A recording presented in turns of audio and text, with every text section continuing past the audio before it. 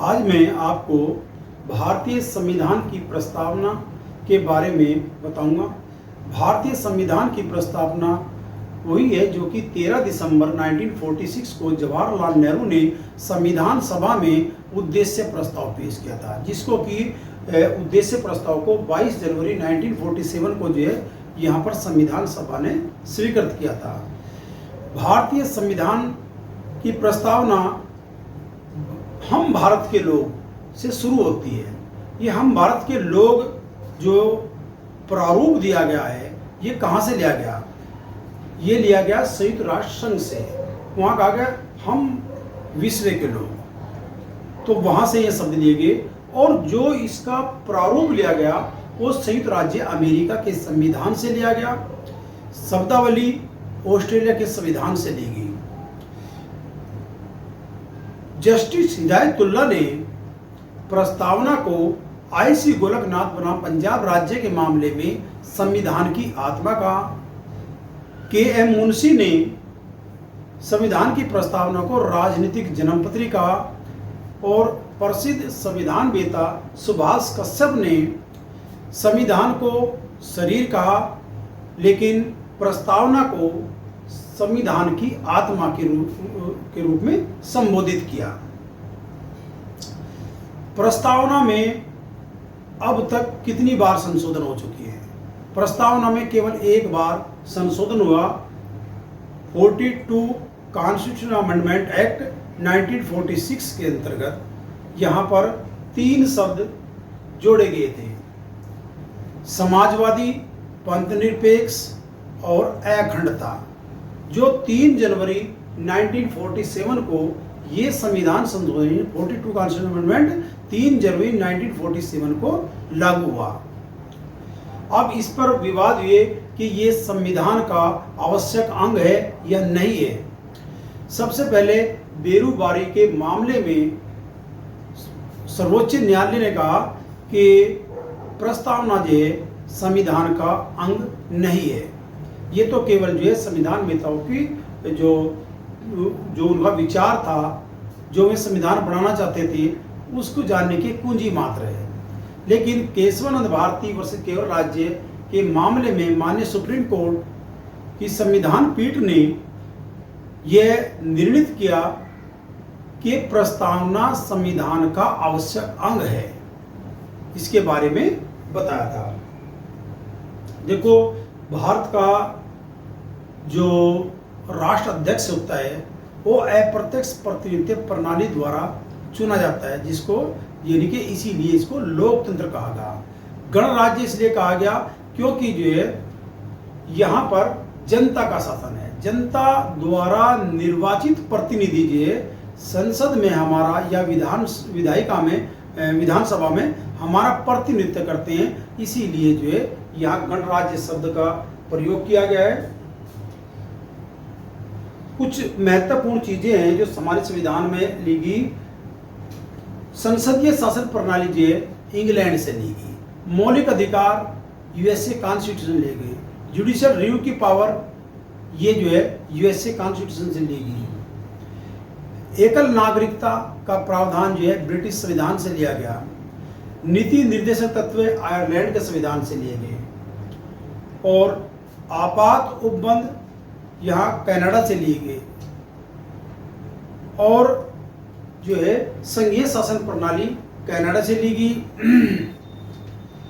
विधि द्वारा स्थापित प्रक्रिया जापान से ली गई और मौलिक कर्तव्य जो बाद में लिए गए 42वें संविधान संशोधन द्वारा वो यूएसएसआर कॉन्स्टिट्यूशन से लिए गए थे। तो इस प्रकार से हमारे संविधान में विश्व के संविधानों में जो महत्वपूर्ण चीज़ थी उसको जो है हमने अपने संविधान में इस प्रकार से रखा है। और भारत सरकार अधिनियम 1935 जो कि पूर्व में लागू था, उससे भी हमने जो है 250 अनुच्छेद एज इट इज या कुछ परिवर्तनों के साथ जो है इस प्रकार से स्वीकार किए हैं। इस प्रकार हमारे संविधान में 395 अनुच्छेद और 8 अनुसूचियाँ इस प्रकार से बनी। वर्तमान में जो है लगभग 470 अनुच्छेद, 12 अनुसूचियाँ और जो है यहाँ पर 25 भागों में विभाजित है भारतीय संविधान। अब अनुच्छेद 1 कहता है भारत अर्थात इंडिया राज्यों का एक संघ है, यानी कि इसको जो है संघ माना गया। हालांकि कुछ संविधान वेताओं ने यहाँ संघ के बारे में आलोचना भी की है, लेकिन ये संघ है। और प्रथम अनुसूची में बताया गया है कि 28 राज्य और 8 केंद्र शासित प्रदेशों से मिलकर जो है भारत अर्थात इंडिया एक राज्यों का संघ बनता है। अनुच्छेद 2 के अंतर्गत ये बताया गया है कि संसद जो है भारत में नए राज्यों का प्रवेश कर सकती है, संसद के पास ये शक्ति है। आर्टिकल जो 3 है उसमें संसद द्वारा नए राज्यों का निर्माण हो सकता है। वर्तमान राज्य के क्षेत्रों में सीमाओं में या नामों में परिवर्तन किया जा सकता है पार्लियामेंट द्वारा। आर्टिकल 5 से लेकर 11 तक यहाँ पर नागरिकता के बारे में प्रावधान किया गया है कि भारतीय नागरिक किसको माना जाएगा और कब कोई व्यक्ति जो विदेशी व्यक्ति भी है भारत में नागरिकता प्राप्त कर सकता है, या एक भारतीय नागरिक की नागरिकता कब समाप्त हो सकती है उसके बारे में प्रावधान किया गया है। लेकिन उसके लिए आर्टिकल 11 के अंतर्गत संसद को शक्ति दी गई है कि वह नागरिकता के संबंध में विधि निर्मित कर सके। संसद ने आर्टिकल 11 का सहारा लेते हुए यहाँ पर जो है भारतीय नागरिकता अधिनियम 1955 को जो है इस प्रकार से बनाया और नागरिकता के बारे में भारतीय नागरिकता अधिनियम 1955 ही एक जो है महत्वपूर्ण अधिनियम है।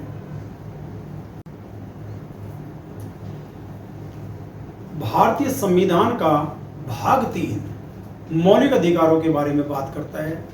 मौलिक अधिकार भारतीय संविधान में आर्टिकल 12 से लेकर और आर्टिकल 35 तक है। भारतीय संविधान में मूल संविधान में 7 मौलिक अधिकार थे, लेकिन वर्तमान में 6 मौलिक अधिकार हैं। मैं मौलिक अधिकारों से शुरू करने से पहले आपसे ये बताना चाहूँगा कि मौलिक अधिकारों का उद्भव कहाँ से हुआ और किस प्रकार जो है यहाँ पर भारतीय संविधान में इनको रखा गया। देखो, मौलिक अधिकार व्यक्ति के मूलभूत अधिकार होते हैं जो कि प्रकृति द्वारा प्रदत्त होते हैं, यानी कि ये नेचुरल राइट होते हैं। लेकिन सरकारें जो हैं अपना शासन चलाने के लिए और अपनी शासन चलाने के लिए यहाँ पर व्यक्तियों के मौलिक अधिकारों को प्रतिबंधित करती रहती है। तो इसीलिए यहाँ पर राजशाही थी, पहले दुनिया में सभी में राजशाही थी, तो राजा लोग तो ये नहीं चाहते थे कि जनता जागरूक हो और उनको मौलिक अधिकार इस प्रकार से मूलभूत अधिकार प्राप्त हों। तो यहाँ पर मौलिक अधिकारों का सर्वप्रथम जो उद्भव हुआ वो ब्रिटेन से हुआ। 1215 में वहाँ ब्रिटेन की जनता ने सम्राट जॉन के समक्ष जो है ये मांग रखी कि हमें मूलभूत अधिकार फंडामेंटल राइट मिलने चाहिए। तो जो यहाँ पर सम्राट जॉन ने एक अधिकार पत्र जारी किया 1215 में, यानी कि वहाँ की जनता को थोड़े से मौलिक अधिकार मूलभूत अधिकार प्रदान किए गए। उसके बाद कुछ समय बाद यानी कि लगभग 250 साल तक जो है वही जो है अधिकार पत्र चलता रहा, लेकिन उससे जो है जनता को संतोष नहीं हुआ। जनता ने फिर मांग की और वहाँ पर जो है वहाँ के शासक ने, उस समय सम्राट ने 1689 में बिल ऑफ राइट्स जारी किए, यानी कि एक किस्म से और विस्तृत मौलिक अधिकार जनता को उपलब्ध कराए। उसके बाद में दूसरा देश है फ्रांस। 1789 में वहाँ पर मानव और नागरिकों के अधिकारों की घोषणा पत्र जारी किया था। उसमें भी फ्रांस की जनता को वहाँ के शासकों ने कुछ थोड़े से मौलिक अधिकार प्रदान किए थे।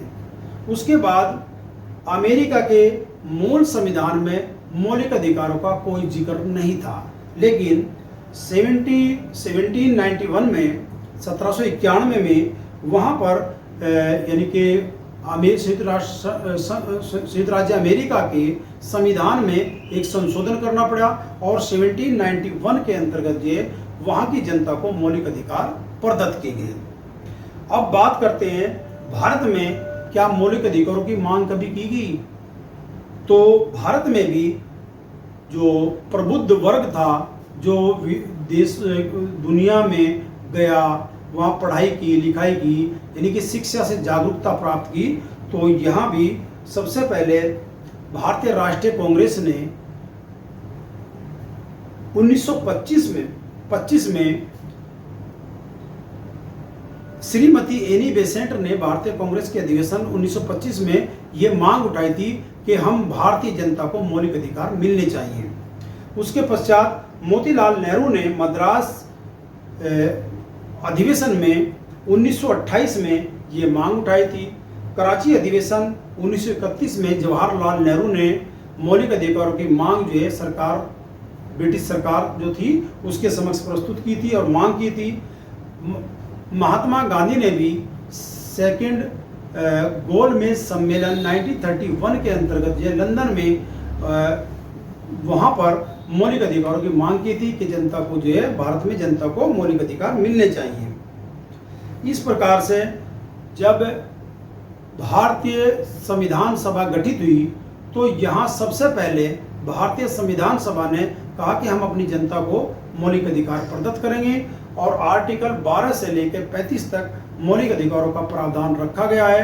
पहले जो है मूल संविधान में 7 मौलिक अधिकार थे, लेकिन 44वें संविधान संशोधन में संपत्ति का मौलिक अधिकार जो है समाप्त कर दिया गया और 44वें संविधान के पश्चात यहाँ पर जो है 6 मौलिक अधिकार भारतीय संविधान में है, जिसके बारे में हम आपसे जो है समय समय पर अगली वीडियो में बताएंगे।